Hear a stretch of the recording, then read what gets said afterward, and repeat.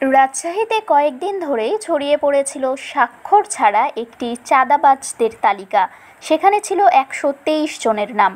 এবার ছড়িয়েছে পুলিশের এক কর্মকর্তার স্বাক্ষর করা তালিকা। চাঁদাবাজদের এমন একটি তালিকা হাতেও এসেছে। এতে দেখা গেছে বোয়ালিয়া মডেল থানা এলাকার ২০ জনের একটি তালিকায় ভারপ্রাপ্ত কর্মকর্তা মোস্তাক আহমেদের স্বাক্ষর রয়েছে।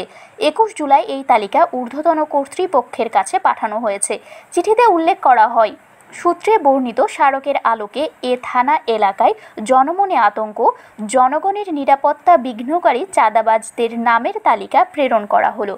ঊর্ধ্বতন কর্তৃপক্ষের নির্দেশনা মোতাবেক এভাবে সব থানা এলাকার তথ্য নেওয়া হয়েছে বলে অনেকেই ধারণা করছেন।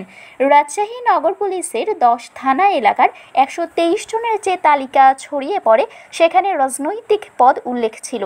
বোয়ালিয়া থানার ওসি মোস্তাক স্বাক্ষরিত তালিকায় একজন ছাড়া কারো দলীয় পরিচয় উল্লেখ করা হয়নি।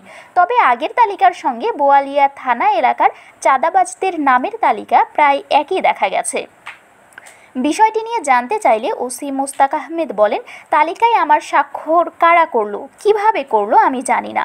স্বাক্ষরযুক্ত তালিকাটির ব্যাপারে জানতে চাইলে রাজশাহী নগর পুলিশের মিডিয়া শাখার অতিরিক্ত উপপুলিশ কমিশনার গাজীউর রহমান বলেন, এমন হলে তো তাহলে সব থানা থেকে এভাবে তথ্য নেওয়া হয়েছে, কিন্তু বিষয়টা আমি জানি না, ওসির স্বাক্ষরও আমি চিনি না।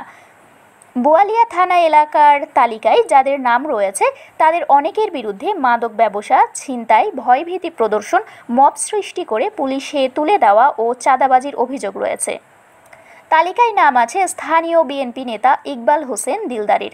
তিনি বলেন, এই তালিকা শত্রুতাবশত তৈরি করা, আমার নামে কখনো এমন কোনো অভিযোগ ছিল না। এর আগে সম্প্রতি মোস্তাফিজুর রহমান নামের এক ব্যক্তি ২ লাখ টাকা চাঁদা দাবির অভিযোগে বোয়ালিয়া থানায় একটি মামলা করেন।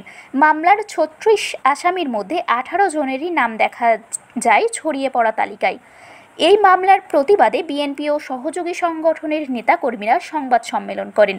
সেখানে নগরের বোয়ালিয়া থানা বিএনপির সভাপতির শামসুল হোসেন মিলু দাবি করেন, এই তালিকা পুলিশেরই তৈরি করা। তালিকায় তিনি বোয়ালিয়া থানার ওসির স্বাক্ষর দেখেছেন, যদিও পুলিশের পক্ষ থেকে এমন তালিকা করার কথা অস্বীকার করা হয়েছে। শারমিন শিমু, বরেন্দ্র টেলিভিশন।